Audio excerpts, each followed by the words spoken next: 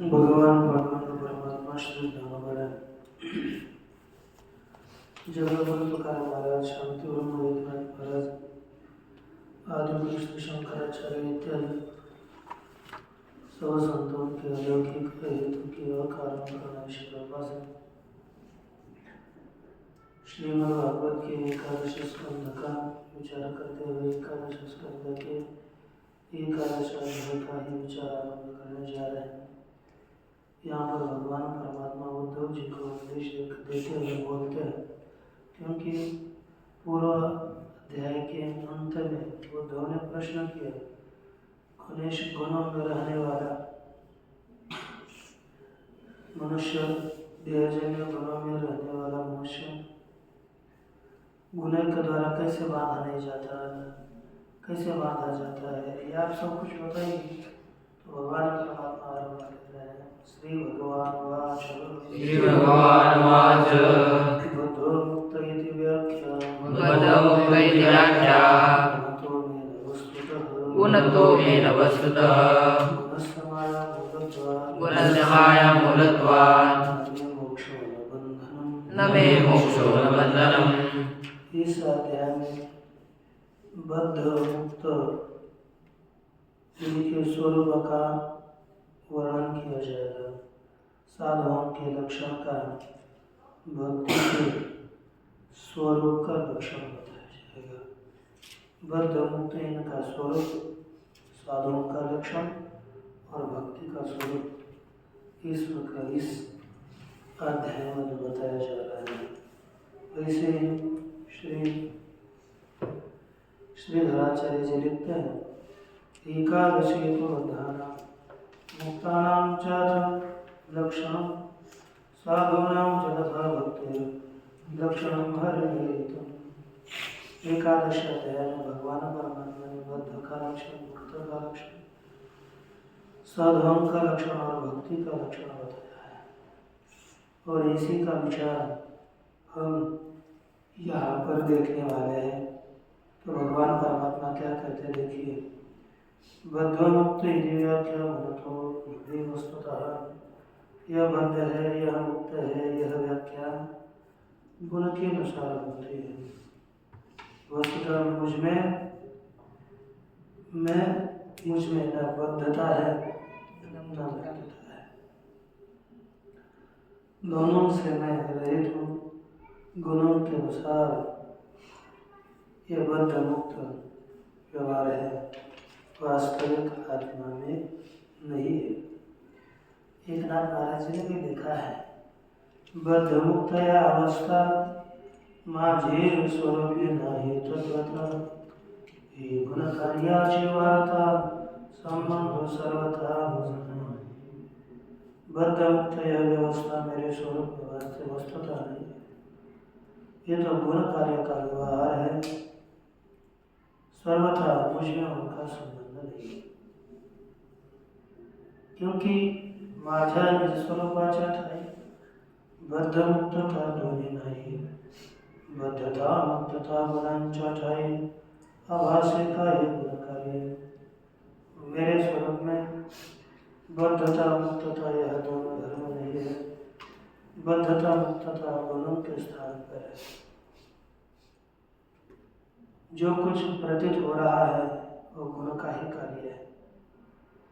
गुणते समूलमायिक ये गुणातीत मायिक सत्य से नैजे बाधे घटिक तय मृग जड़ी लोक बड़ा।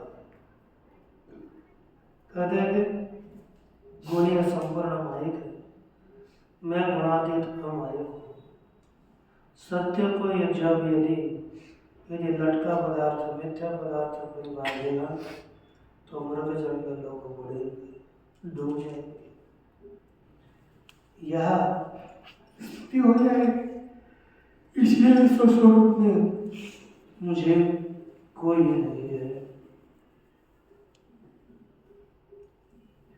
कहते हैं कि ये जो गुण में बद्धता होता है बताने जा रहे हैं।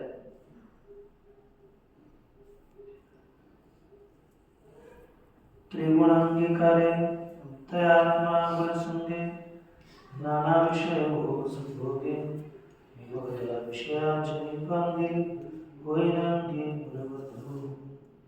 ये अनेकों दृष्टांत दिए।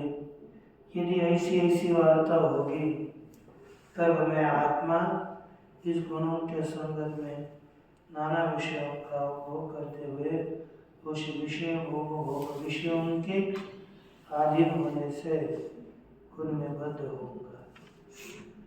गुण विकारे वर्तता विकारे तादात्म्यता तेणे बद्धमुक्त व्यवस्था वासवता भ्रांतासी।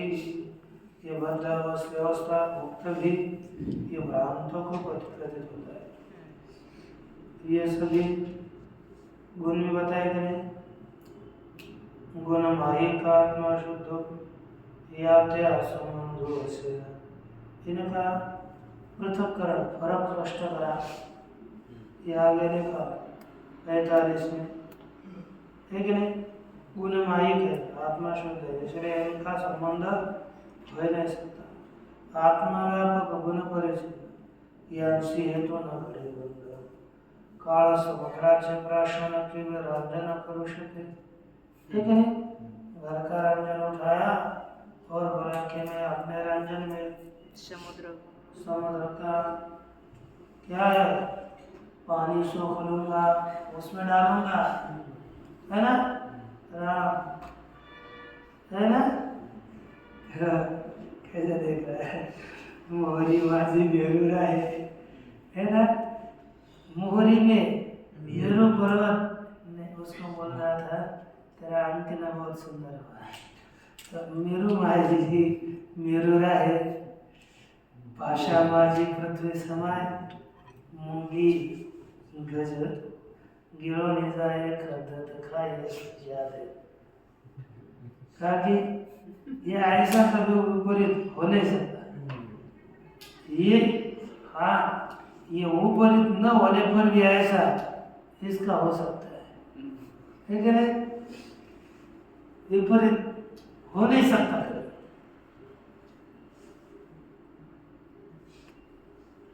अच्छा, गुणस्य माया मूलत्वात् न मोक्षो न बंधनम।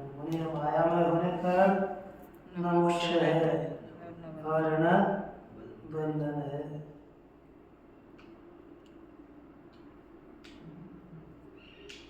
ठीक है। नित्य मुक्त नित्य बद्ध एक ही भ्रम। नित्य मुक्त नित्य बद्ध एक ही है, ऐसा मुझे भ्रम।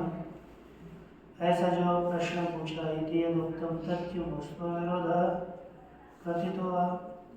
प्रतीतितो वह क्या वास्तविक विरोध है अथवा प्राज्ञान के कारण विरोध है?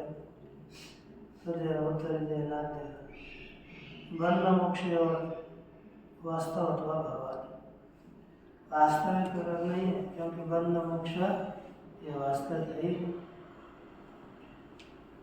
ऐसा कहते बद्ध मुक्त ही दोनों श्लोकों के द्वारा आत्मा बद्ध मुक्त बनतो बदधीन सत्वादि गुणोपादितो। भगवान परमात्मा कहते आत्मा बद्ध और मुक्त है। ये मेरे अधीन जो सत्वादि गुण है उन गुणों के उपाधि से बद्ध मुक्त व्यवहार है, न तो वस्तुतः। वास्तविक ऐसा व्यवहार है न औपाधिक व्यवहार होने पर भी तंडुल पाकादिवत तंडुल पाक इत्यादियों की तरह वास्तवत्व क्यों से यहाँ पर वास्तविकता क्यों नहीं होगी? उसके विषय में कहते गुणस्य माया मूलत्वात् बंधनम नास्ति। गुण यह माया मूलक होने के कारण बंधन नहीं, अतएव मोक्ष नास्ति, इसलिए भी मोक्ष भी नहीं है। कथम शस्त्र सर्वशास्त्र विरुद्धम उच्यते। आपके द्वारा कैसे सर्वशास्त्र विरुद्ध का कथन किया जाता है? तत्र उसके विषय में कहा जाता है कि इति में व्याख्या, ठीक है? व्याख्या एवं मत कृतो निर्णय है कि नहीं? ये मेरा निर्णय है। अलम अति कुतर्क ही बहुत ज्यादा कुतर्क मत करो, ज्यादा कुतर्क मत करो, है कि नहीं? हटमुड़े देख लिया एवं अन्वय पीछे एक दृष्टांत दिया था ना, खाटमोड़े की बुद्धि यदि सरल हो जाएगी तो है ना, आत्मा में गुण संगत हाँ संगत हो जाएगी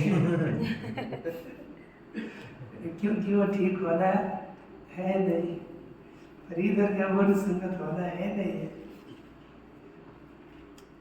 आत्मा बुद्ध मुक्त इति व्याख्या मुक्ति है, आत्मा में बद्ध मुक्त ऐसी जो व्याख्या है, कथन है सा में गुणता, वह मेरे गुणों से मदगुण पारतंत्र, मेरे गुणों के पारतंत्र से ऐसे आत्मा बद्ध मुक्त ऐसी व्याख्या है। अत्र हेतुत्वेन गुण नियंतरी स्वस्मिन् तद व्यतिरेकम, यहाँ पर हेतु रूप से गुण के नियंता में स्वयं में इसका अभाव करते हैं। गुण का नियंता में स्वतः आत्मा होगा, उसमें गुणों का अभाव बताते हैं। अतएव न में बंधन मोक्ष वा, मेरे में न बंधन है न मोक्ष है, अन्य सब दूसरा सब है। शोकमोहो सुखम दुःखम, शोकमोहो सुखम दुःखम, देहापत्तिश्च मायया, देहापत्तिश्च मायया, स्वप्नो यथात्मनख्याति, स्वप्नो यथात्मनख्याति, संस्कृतिर्न तु वास्तविक, संस्कृतिर्न वास्तविक। शोकमोहो सुखम दुःखम देहापत्तिश्च मायया, स्वप्नो यथात्मनख्याति, संस्कृतिर्न तु वास्तविक। शोकमोहो सुखम दुःखम देहापत्तिश्च मायया, स्वप्नो यथात्मनख्याति, संस्कृतिर्न तु वास्तविक। शोकमोहो सुखम दुःखम देहापत्तिश्च मायया, कद शोक मोह सुख दुख देहापत्ति देह की प्राप्ति, ये संपूर्ण माया के द्वारा होता है। कैसे कहते यथा स्वप्न आत्मन ख्याति, स्वप्न आत्मन ख्याति,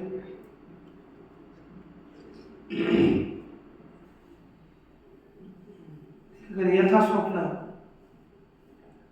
जैसे स्वप्न माया के द्वारा होता है, उसी तरह ये आत्मा की ख्याति शरीर संबद्ध सुख कार्यों की जो प्रतीति है वही संस्कृति है, लेकिन वह संस्कृति आत्मा ख्याति रूपी संस्कृति न तो वास्तविक, वह वास्तविक नहीं है, वह है बस माया के द्वारा। देखा कि नहीं? दोन मुहूर्त स्वप्न वृत्ति त्या माझी जे देखे जन्म म्हणते, देखे पावला मायाती देवी मिथ्या प्रतीति भोगाना। एक दो मुहूर्त में ही, दो मुहूर्त स्वप्न वृत्ति है क्या? दो मुहूर्त में नहीं, बहुत क्षण भर होती है, ज्यादा 2 मिनट, 2 मुहूर्त कम नहीं होती है। हाँ क्षण भर होता है, तो वहाँ पर भी अनेकों जन्म अपने के बाप दादा के बेटे, उसके बेटे के बेटे के, अपने बेटे, अपने बेटों के बेटे है, सबके पंक्ति अब सब इधर से उधर चले जाते हैं। तो इतने जन्मों की परंपरा बताई जाती है। लोग में भी उत्पन्न भी होते हैं, बड़ा भी होता है, ब्याह भी होता है, पुत्र भी होता है, सब कुछ हो जाता है ना? तो ये जैसे क्षण में होता है वह सब कुछ मिथ्या है, उसी प्रकार माया के कारण यह सब कुछ प्रतीत होता है। अब ये शोक है, मोह है, इसकी भी व्याख्या की हुई है। नस्ताभासुमवृत त्यालागे हाहाकार होते गेले गेले नाही કપાહી ના કરેલ શોક की व्याख्या करी कि नष्ट आभासों हो बैठा प्रतीति नहीं थी, प्रकाश नहीं था और अपने उसी स्थान पर शांत हो गए। कहते क्या लगी आकार उठे थे उसके लिए कि हमें आकार मानो बहुत आगे हमारे बहुत अच्छे लोग थे, हमारे संबंधी थे, चले गए है ना। आधा क्या करूँ इतने रहते ना गिले गिले नहीं ये शोक पाही तो कहते शोक है कि नहीं। इस तरह से शोक होता है।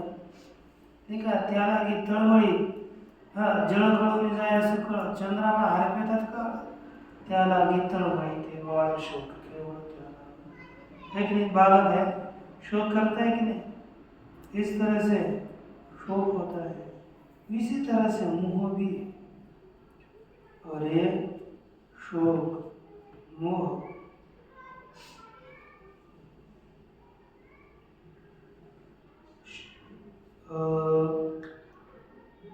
मोह का लक्षण क्या है लिखा है 79 श्लोक मूवी में नसती वस्तूच्या ठाई जाण मी माझे हा अभिमान तोची मोहाचे लक्षण ममता दारुण देश जो वस्तु नहीं है ऐसे वस्तु में मैं ही ये मेरी है मैं हूँ इस प्रकार का अभिमान धारण करना यही मोह का लक्षण है ना। और उसमें ममता रहती है इसलिए ये मोह तत्पश्चात सुख बुद्धि होती है। क्या है विषय प्राप्ति है सता से विषय प्राप्ति जो हरि का तया नाव घनती सुख विषय विनाशते दुख परम सुख त्यागा। विषय की प्राप्ति से जो हर्ष होता है वही है सुख और विषय का नाश से दुख जो पीड़ा होती है वही है दुख वही है सुख। ये सभी माया के द्वारा प्राप्त होते हैं वास्तविक नहीं। ठीक है देखिए एवं कारणभूत गुणाना माया कार्यत्वात् इस प्रकार कारण गुण माया के कार्य मायामय होने से तत्कार्य संस्कृति माया इति प्रपंचयति उसका कार्य संसार है वह माया है ऐसा प्रपंच करते विस्तार करते। शोक मोह इति शोक और मोह यह शब्द यथा स्वप्न आत्मनो बुद्धिरेव ख्यातिरे विवर्तत जैसे स्वप्न अपने बुद्धि का ही ज्ञान है वही अपने बुद्धि का ही विवर्त है यह बताया। उसी प्रकार यहाँ पर भी समझना चाहिए। विवर्त माने प्रतीति ख्याति अर्थात विवर्त शब्द दिया है ना क्या हाँ वही विवर्त है।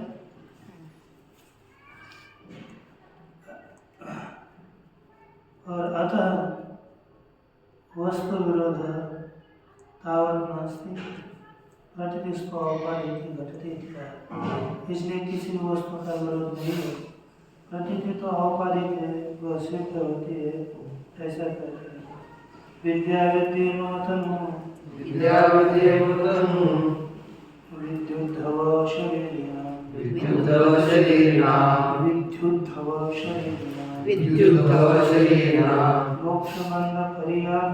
मोक्षबंध करियादे माया में विनिर्वृत्ते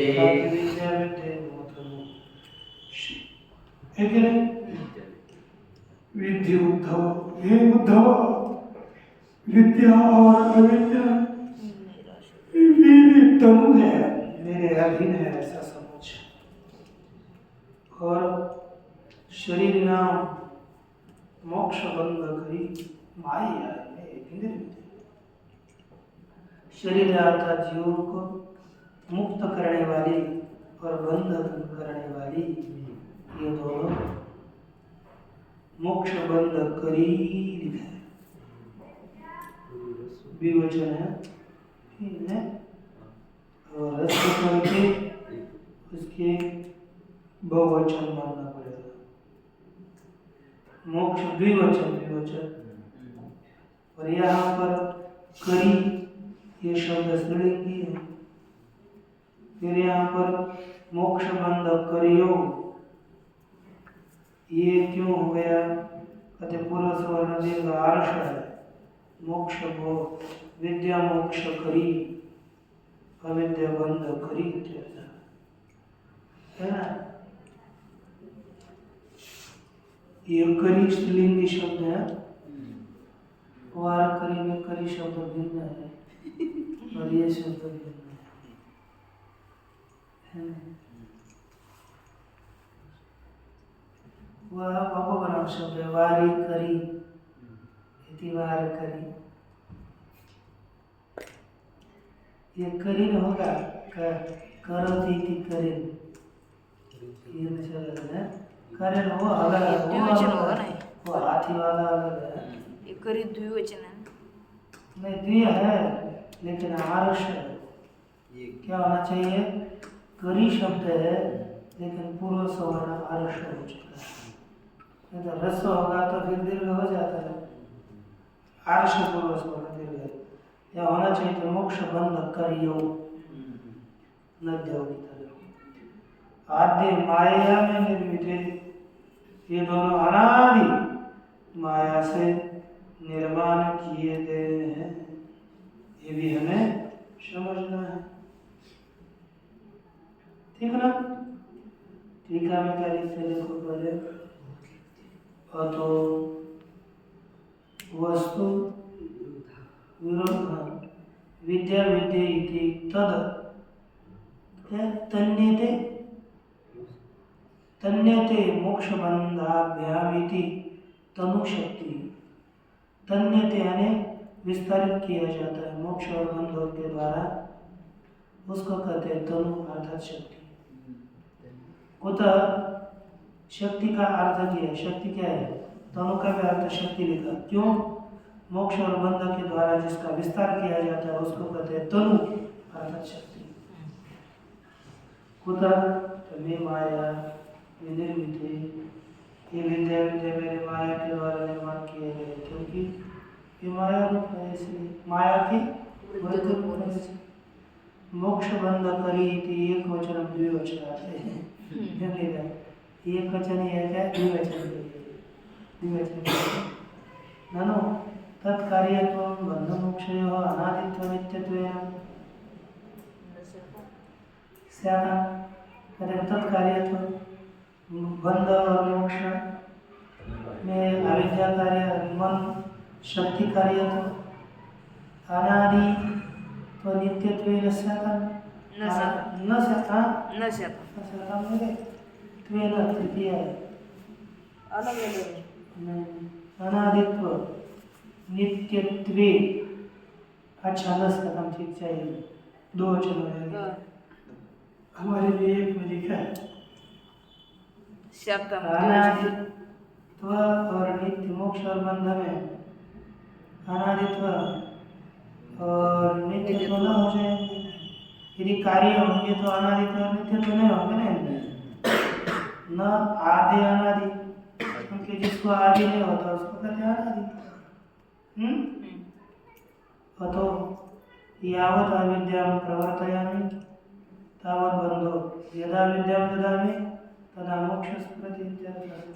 इसलिए जब तक अविद्या को प्रवर्तित करता हूँ तब तक बंध रहता है, और जब विद्या देता हूँ तो मोक्ष होता स्फुरित होता है। तथा च स्कंद पुराण में, उसी प्रकार स्कंद पुराण में बताया कि बंध बहुभाषेण बहुभाषाच्च मोचकः कैवल्यतः परम ब्रह्म विष्णुदेव सनातन। बहुपाश के द्वारा बांधने वाला और बहुपाश से मुक्त करने वाला, कैवल्य देने वाला पर ब्रह्म सनातन विष्णु ही है, पर इसलिए खुद के ईश्वर जाना है। बता सकते तत्र वहाँ पर शरीरामिति बहुवचन निर्देश, बहुवचन का निर्देश होने से अविरोध उक्त इति भ्रांतिम व्यावर्तयेत्, अविरोध बताया गया, इस प्रकार भ्रम को हटाते हुए बंध मोक्ष व्यवस्था उत्पादयति, सिद्धांति क्या करते हैं? बंध और मोक्ष की व्यवस्था को बताते हैं। देखिए अग्रिम श्लोक, एकस्यैव ममांशस्य जीवस्यैव महामते बन्धोऽस्या विद्यया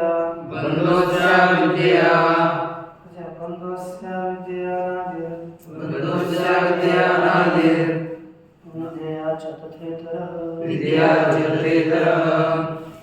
कहते कि हे महामते, एकस्य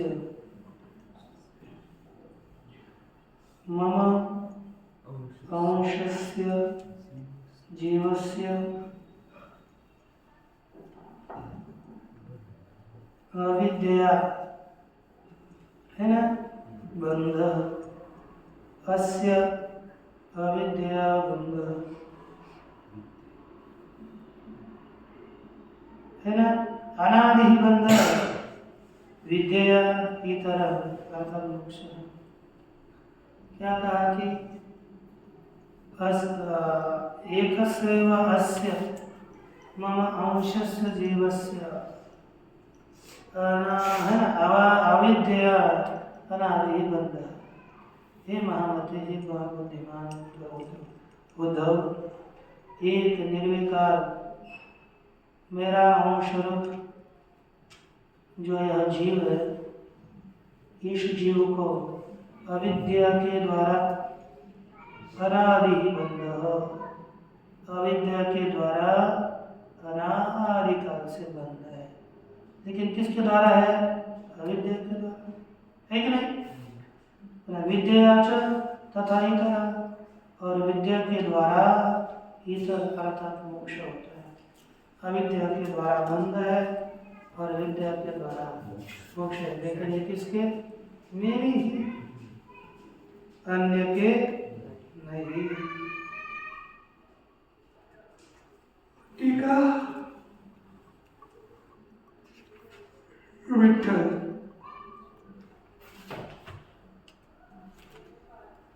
तरी एकस्य वेति, तरी किम आत्मा भेदात तवापि बंधो नहीं दिया। अरे आत्मा का अभेद होने से, आत्मा एक ही कारण है, तो आपको भी बंध नहीं होगा क्या? अस्य जीवस्य, इस जीव को ही बंध है, मुझ ईश्वर को नहीं। ननु आत्मा भेदे जीवो नाम को अन्य वस्तु प्रदत्त। आत्मा का अभेद होने पर, भेद नहीं अभेद है, आत्मा के साथ अभेद होने पर जीव नाम का दूसरा कौन है कि जिसको बंध होगा? है ही नहीं कोई, और आपको उसको बंध कर रहे हो। कथम च बंध मोक्ष सुख दुख आदि व्यवस्था, कैसे बंध और मोक्ष सुख दुख इत्यादियों की व्यवस्था होगी? तत्र उसके विषय में कहा ममांश से, मेरा अंश है। अयम भाव, इसका तात्पर्य यथा एकस्यापि चंद्रादे जलाद्युपाधीन बिंब प्रतिबिंब रूपो भेद, एक ही चंद्र है, उसके जल इत्यादि उपाधि के द्वारा बिंब प्रतिबिंब रूप भेद है। यथा च तत्र जल प्रतः कंपादय प्रतिबिंब से, जैसे वहाँ पर जल में किए गए कंप इत्यादि किसके होते हैं? प्रतिबिंब में होते हैं। तथा च प्रतिबिंबानाम उपाधि भेदेन भेदा, प्रतिबिंबों का उपाधि के भेद से भेद है। एकस्मिन् उदकुंभे मग्ने, एक भग्ने, उदकुंभे भग्ने,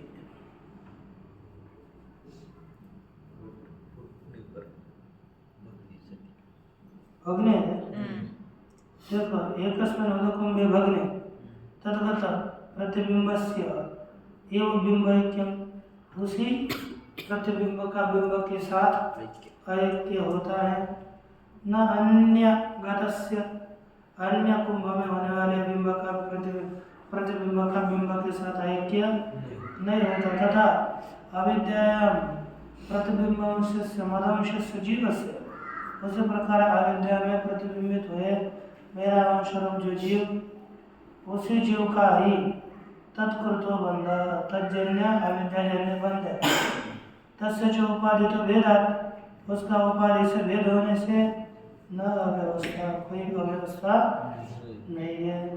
तथा च, वैसे कहते कि यथा एकस्मिन् घटाकाशे रजो धूमादि विरीयते, एक घटाकाश में रज धूम इत्यादियों के द्वारा युक्त होने पर न सर्वे संप्रयुज्यन्ते, तथा जीवा सुखादि भी उसी प्रकार जीव सुख इत्यादियों के द्वारा युक्त नहीं होते। एक हो गया तो दूसरा क्यों होता है? एतस्य अतिरहस्यम स्वबुद्ध्या निश्चितैवेति संबोधयति, और यह अतिशय रहस्य है, यह अपनी बुद्धि के द्वारा निश्चय करना चाहिए। हे महामते उद्धव, इतरो मोक्षः, और जो यदि विद्या के द्वारा मोक्ष इतर हो जाता है, माने मोक्ष की प्राप्ति हो जाती है। लेकिन बहुत गूढ़ अर्थ है, हमें थोड़ा भाष्य निकला, लेकिन अपने को ये जो इसके लिए हम बोलते हैं एक के, यदि एक का मोक्ष हो जाएगा तो सबका मोक्ष हो जाएगा। तो यहाँ पर एक भयवाद का भी खंडन है। एक भयवाद नहीं है तो एक अविद्या मानने का, एक जीववाद का खंडन है। अनेक जीववाद यहाँ पर माना गया है, क्योंकि हमें एक जीववाद यहाँ पर साक्षात अनेक जीववाद मान करके उत्तर दे रहे भागवत में। एक जीववाद का वैसे तो आरोहित सिद्धि में एक जीववाद माना है, लेकिन वो बुद्धि में जचता नहीं है। कितना भी करो उसके ऊपर अनेक शंकाओं की उपस्थिति हो जाती है। मुझे तो जचा ही नहीं, मुझे अच्छा ही नहीं। अब कोई प्रतिपादन करे, कितना भी बड़ा ग्रंथ कर, लेकिन बुद्धि में आरूढ़ न हो, और बुद्धि में उसकी शंका मेरे बहुत शंकाएं आती थी। इतनी शंकाएं परेशान हो जाएगा कोई जिसको मैं पूछूंगा तो मुझे मान्य नहीं होगा। दूसरे सिद्धांत ठीक है। और कहते हैं तदेवं व्यवस्था उपाध्य, और इस प्रकार व्यवस्था का प्रतिपादन करके कथम वर्तेत, ये कैसे होगा? इत्यादि वैलक्षण्य प्रश्नस्य उत्तरम आह, इत्यादि वैलक्षण्य प्रश्न का उत्तर बताते हैं। अतबद्धस्य मुक्तस्य वैलक्षण्यं वदामि ते, विरुद्धधर्मिणस्तात् स्थितयोरेकधर्मिणे, बद्ध और मुक्त का भेद में तुझे बताऊंगा। विरुद्ध हेतात एक धर्म में विरुद्ध स्थितयो, एक धर्म में विरुद्ध एक शरीर में स्थित जीवेश्वर, उन दोनों का बद्ध और मुक्त का मैं वैलक्षण्य बताता हूँ। तो देखिए ईश्वर मुक्त है और जीव बद्ध है, तो इनका हम आपको लक्षण अगले श्लोकों में बताएंगे। जीवेश्वर तथा वैलक्षण्य द्विविधम, वह वैलक्षण्य दो प्रकार का है। जीवेश्वर का एक वैलक्षण्य है और जीव जीवों का एक वैलक्षण्य है। तत्र जीवेश्वर वैलक्षण्य विरुद्ध धर्मिणों इतिहास विरुद्ध धर्मिणों विरुद्ध धर्म वाले जीव और ईश्वर, इन दोनों का वैलक्षण्य 2.5 श्लोक के द्वारा बताया जाता है। शोक आनंद धर्मवतो, एक शोक धर्म वाला जीव, आनंद धर्म वाला ईश्वर, इन दोनों का भी एक धर्मनि शरीर, एक ही धर्म शरीर में वास्तव है। जीव परमात्मा ध्वनि वैश्वनी एकासनी जया भोले विराजनी, एक नहीं, ये दोनों एक में ही रहते हैं। नियम्य नियंत्रित्व नियंता और नियम है जीव और नियंता है ईश्वर। इस रूप से स्थित जीव और ईश्वर, इन दोनों का विलक्षण्य आगे के 2.5 श्लोक के द्वारा बताया जाता है, लेकिन विलक्षण्य के बाद पूर्णात् पूर्णमिदं पूर्णात् पूर्णमुदच्यते पूर्णस्य पूर्णमादाय पूर्णमेवावशिष्यते।